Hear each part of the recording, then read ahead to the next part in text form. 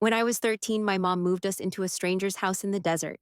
A week later, she was unconscious on the couch, and the man she moved us in with refused to let me call for help. My mother was a single mom, had various boyfriends, one husband, hanging around, drug addict, alcoholic, all that exciting stuff. When I was 13, we were living in a room in this house way out in the desert. My older sister was 16 and had already moved in with friends. I'm not sure why, but for some reason, we had to leave the place we lived in prior, so my mom rented us this room to share. With most of our stuff in storage, I didn't know the man we lived with. I think his name was Mike, but I could be wrong. My mom pretty much just came up to me one day and said, "We're moving," and that was that.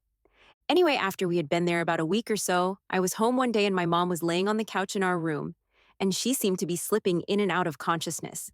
I kept trying to wake her up, but she was completely out of it. So I went to go call an ambulance. We didn't have a phone in our room, so I went to the living room to use the phone. Mike was on the phone, so I asked if I could use the phone. There was an emergency.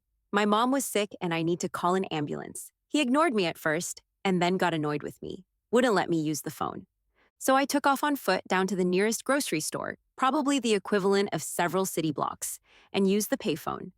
By this time, I was so panicked that I couldn't even remember the address, so I called a friend of my mom's, and she said she would call an ambulance.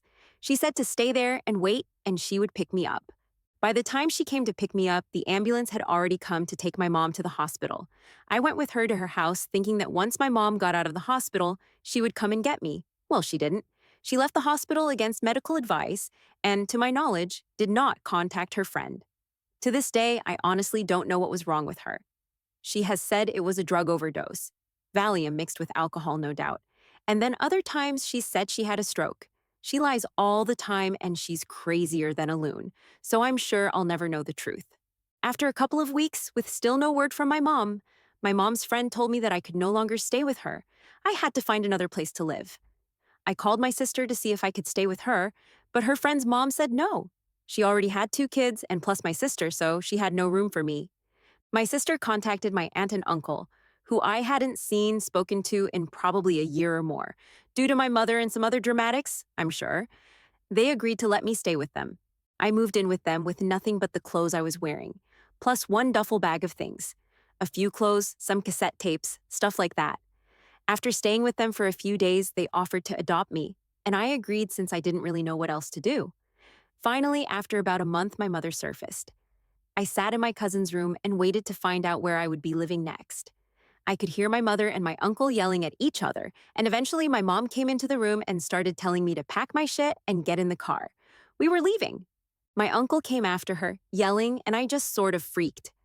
I ran out into the backyard to get away from them. I told my mother that I wanted to stay there, and when she had a job and a new place to live, I would come live with her. In my 13-year-old, emotional, freaked out state, that seemed like the most logical solution. This sparked much dramatics.